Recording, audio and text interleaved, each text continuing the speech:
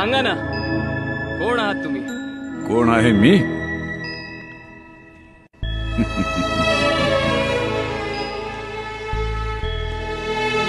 चंद्राच्या नुसत्या पूर्णत्वानं सागराच्या हृदयाला भरती आणणार गुरुत्वाकर्षण आहे मी. सामान्यपणाच्या व्याप्तीची कवाड बंद झाल्यावर होणारा साक्षात्कार आहे मी.